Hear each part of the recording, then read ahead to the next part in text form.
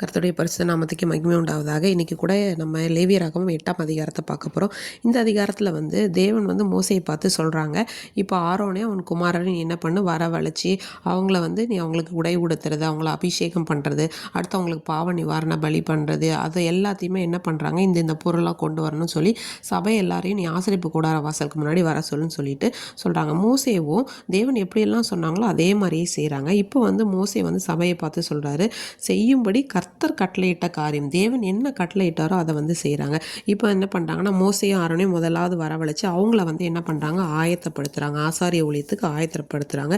அடுத்து அவங்களுக்கு ஆடைகளை அணிவிக்கிறதை பற்றி குறிச்சிருக்காங்க. அடுத்து அவங்கள என்ன பண்ணுறாங்க, அபிஷேக தைலத்தை எடுத்து அவங்கள அபிஷேகம் பண்ணுறதையும், அடுத்து என்ன பண்ணுறாங்க அப்படின்னா, அவங்களுக்குடைய குற்ற நிவாரண பலி, அந்த பாவ நிவாரண பலிக்கானதை அவங்க பலி செலுத்துகிறாங்க. அடுத்ததாக என்ன பண்ணுறாங்கன்னா, பிரதிஷ்டை பண்ணுறாங்க. அடுத்து என்ன பண்ணுறாங்க, அவங்களுடைய குமாரர்கள் எல்லாரையும் என்ன பண்ணி அந்த பிரதிஷ்டைப்படுத்துறதுக்காக குமாரர்கள் எல்லாருக்கும் அந்த ரத்தத்தில் கொஞ்சம் எடுத்து அவங்களுடைய வலது காது, மடல், வலது கை, அப்புறம் வலது கால், பெருவிரல் எல்லாத்துலேயுமே பூசுகிறாங்க. அப்படிங்கிறத பற்றினா அடுத்து தேவனுக்காக பலி செலுத்துகிறாங்க. அடுத்து 7 நாள் அந்த ஆசரிப்பு கூடாரத்திலே இருக்கணும் அப்படிங்கிறத தான் ஒரு சொல்லியிருக்காங்க.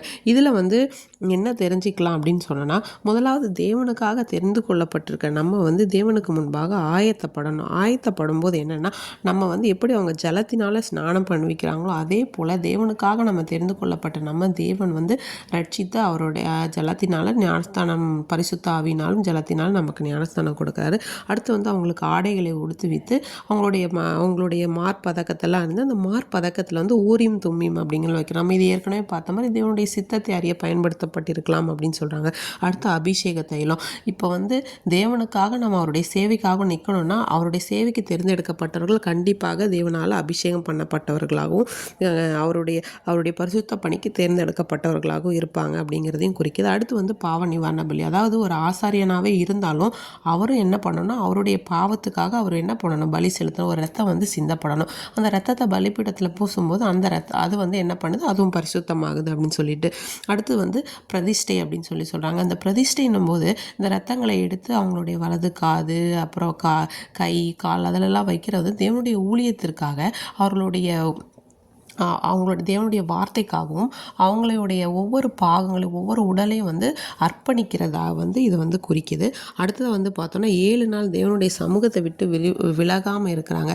தேவனுடைய சமூகத்தை விட்டு விலகாமல் இருந்து முழுதும் பூரணமாக பரிசுத்தப்படுத்தப்பட்டு தேவனுக்காக ஊழியத்தை செய்ய அவங்க தகுதிப்படுத்தப்படுறாங்க.